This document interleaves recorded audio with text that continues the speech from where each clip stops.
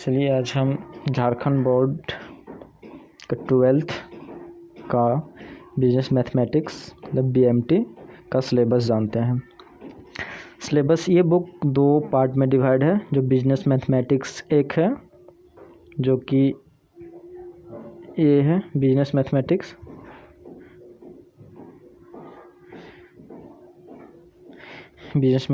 दूसरा है स्टैटिक्स जो कि यहाँ से पार्ट बी में है। बिजनेस मैथमेटिक्स में 50 मार्क्स का आएगा उसमें से, जिसमें से उसका सबका नंबर बाय चैप्टर दिया हुआ है कि कौन सा चैप्टर से कितना मार्क्स आएगा। फर्स्ट है जो 10 मार्क्स का आएगा, सेकेंड है परमुटेशन कॉम्बिनेशन 10 मार्क्स आएगा, थर्ड में है डिटर्मिनेंट 5 मार्क्स का आएगा, मैट्रिक्स 5 मार्क्स आएगा, सेट है 10 मार्क्स का, डिफरेंशिएशन है 5 मार्क का, इंटीग्रेशन है 5 मार्क्स का। तो हम आज सबसे पहले सेट यूनिट 4 मैट्रिक्स के बारे में जानेंगे, जो कि यहाँ पे है। मैट्रिक्स के बारे में जानेंगे। ये हम एग्ज़ाम में जनरली कभी हो सकता है 10 मार्क्स के लिए आ जाए, तो कभी हो सकता है 5 मार्क्स के लिए आ जाए। ये डिपेंड करता है क्वेश्चन सेट करने वालों पे। तो ये हमें 10 पीरियड्स का क्लास है। अब मैट्रिक्स के बारे में जानते हैं, देखते हैं मैट्रिक्स। इसमें भी चैप्टर मिलेगा जिसमें से मैट्रिक्स की परिभाषा जानना है, मतलब डिफिनेशन ऑफ मैट्रिक्स जानना है, मैट्रिक्स का एलिमेंट्स जानना है, मतलब एलिमेंट्स ऑफ मैट्रिक्स है, टाइप ऑफ मैट्रिक्स है, लॉ ऑफ मैट्रिक्स, अलजेब्रा है, एडिशनल ऑफ मैट्रिक्स है, सब्ट्रैक्शन ऑफ मैट्रिक्स है, मल्टीप्लिकेशन मैट्रिक्स है। इस टॉपिक में जानेंगे। तो चलिए शुरू करते हैं। मैट्रिक्स ऑफ डिफिनेशन का डिफिनेशन। मैट्रिक्स हमें तक में 10 मार्क्स 5 मार्क्स दिलाएगा। अब मैट्रिक्स का डिफिनेशन होता है, matrix is a rectangular array of real of complex number in row and column.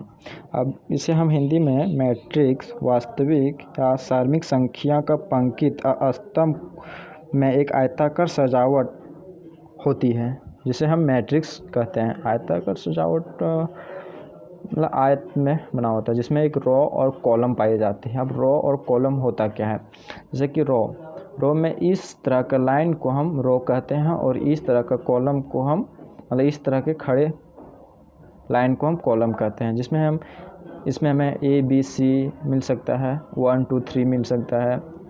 Columns में भी ABC मिल सकता है, 1 2 3 मिल सकता है। अब मैट्रिक्स होते कितने प्रकार के मैट्रिक्स टाइप होता है। पहला होता है रेक्टेंगुलर मैट्रिक्स, जो इस फॉर्म में होता है। ये मतलब यहाँ पे नंबर भी हो सकता है A11 A12 A13, सॉरी यहाँ A21 होगा, A21 A21 A23। ये हमारा रेक्टेंगुलर मैट्रिक्स होगा। उसके बाद दूसरा है स्क्वायर मैट्रिक्स। स्क्वायर मैट्रिक्स ये हुआ equal to A11 A12 A13 A21 A22 A23 A31 A32 A33। इस तरह हॉरिजॉन्टल मैट्रिक्स होगा इस टाइप का। फिर वर्टेक्स मैट्रिक्स होगा जो इस प्रकार का है।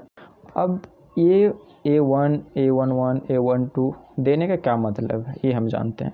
जैसे कि मान लीजिए कोई मैट्रिक्स है, कोई मैट्रिक्स हम इसे 3×3 मैट्रिक्स बोल सकते हैं। 3×3 मैट्रिक्स मतलब जैसे कि ये हमारा हो गया रो और ये होता है कॉलम।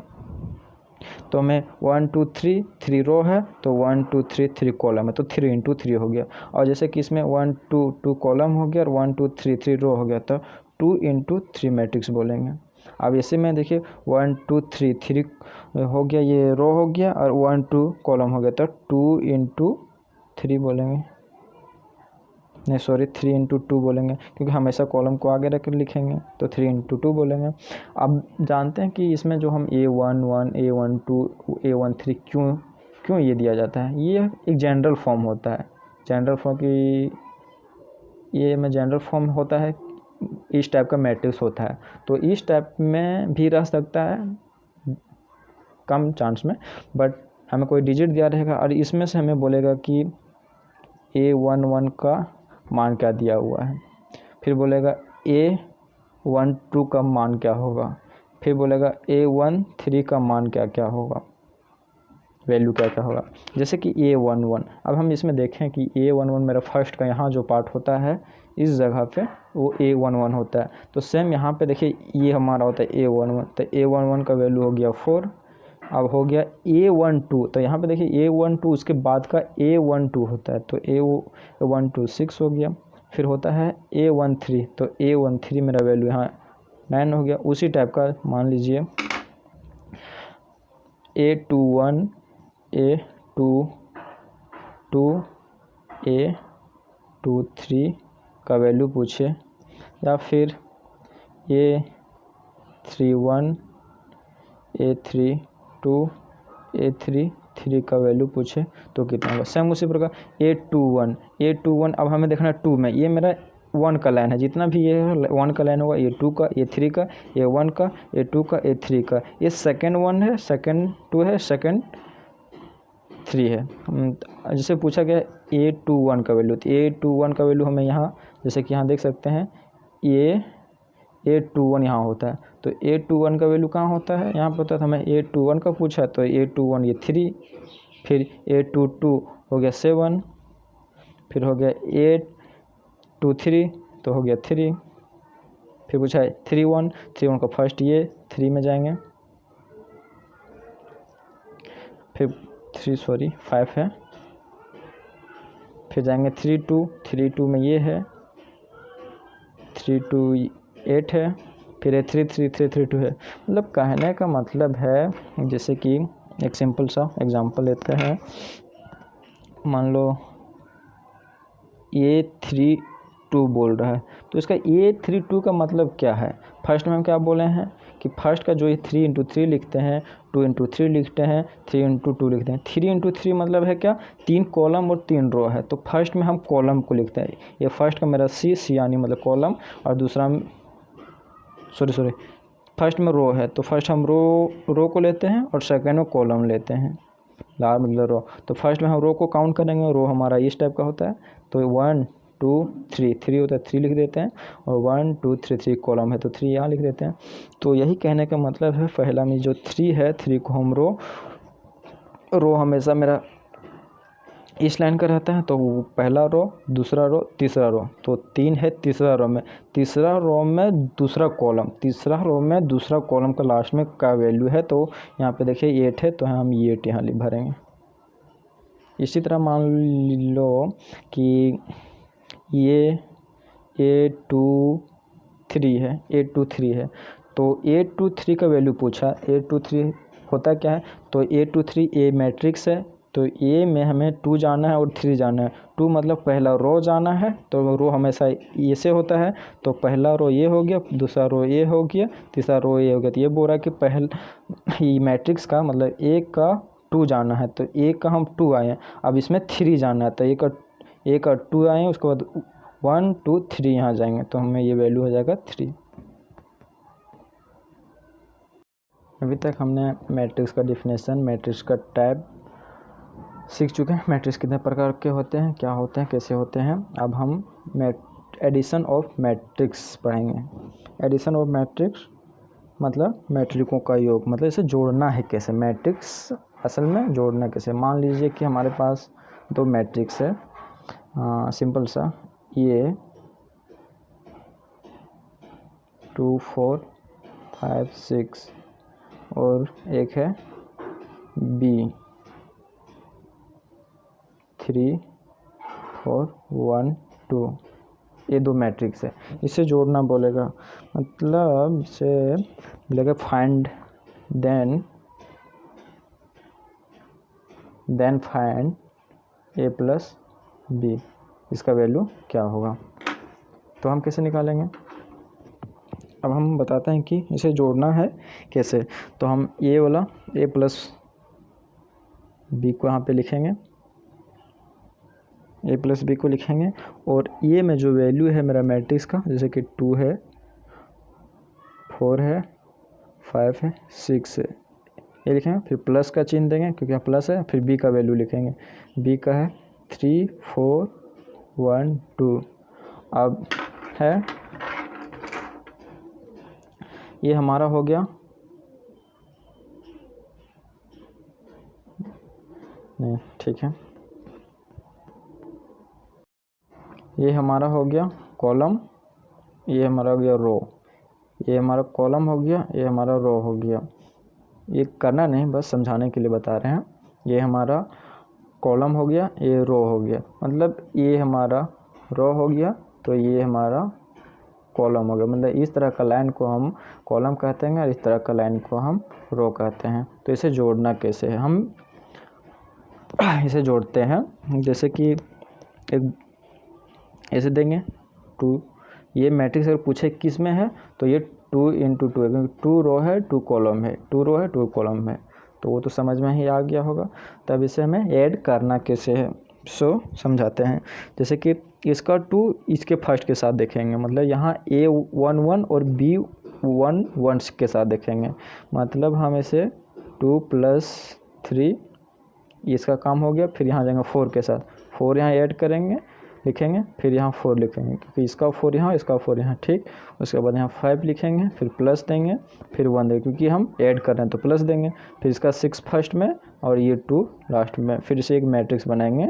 अब जाके हमें 2 3 5 4 4 8 5 1 6 और 6 2 8, ये हमारा आंसर आ गया। हम मैट्रिक्स को जोड़ना सीखें। अब जो 2 × 2 फॉर्म में था, अब हम 2 × 3 फॉर्म में देखते हैं कि इसे ऐड कैसे करना है। थोड़ा कठिन होगा क्योंकि अब माइनस सैम्बल दिया हुआ है, तो देखते हैं इसमें क्या आता है। इसमें भी ए और बी मैट्रिक्स दिया हुआ है, इसमें भी देन फाइंड A + B करने बोला है। तो चलिए देखते हैं, फाइंड करते हैं। इसमें भी A + B को लिखेंगे, यहाँ लिख सकते हैं अकॉर्डिंग टू क्वेश्चन से ये दिया हुआ है, अकॉर्डिंग टू क्वेश्चन से दिया हुआ है। A + B = A का वैल्यू हम पुट करेंगे यहाँ पे 5 9 4 8 6 7 प्लस 6 4 -7 9 -3 2।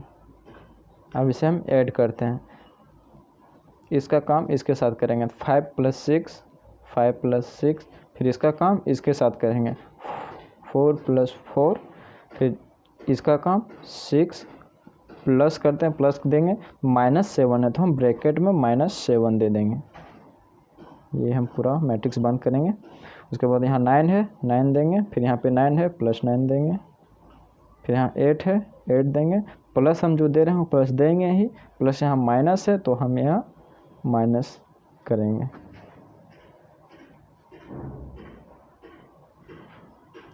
और अब हम 7 का काम करेंगे, 7 है यहाँ 2 है तो 7 + 2। अब इसे हम पूरा सॉल्व करके यहाँ पे ऐड कर देंगे। 5 और 6 11 होता है, 11, फिर 4 4 8 होता है। अब मान लो हम ये माइनस है, माइनस को बाहर करेंगे तो माइनस ही होता है, लेकिन एक जनरल फॉर्म जैसे कि 6 -7 करेंगे तो माइनस मेरा आंसर आएगा 1। फिर आएगा 9 ऐड करेंगे तो ये हो गया 18, फिर इसको माइनस से यहाँ पे प्लस है बाहर में, तो प्लस और माइनस होता है, तो माइनस को हम यहाँ कर देंगे तो हो जाएगा 8 में -3 तो हो जाएगा मेरा 5।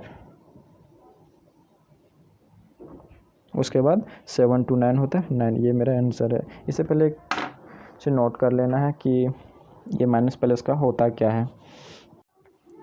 जैसे कि हम माइनस प्लस आता है तो क्या करना चाहिए उसके बारे में बता देते हैं। नोट में से उतारिएगा, नोट देखिए स्पेशल। जैसे कि होता है प्लस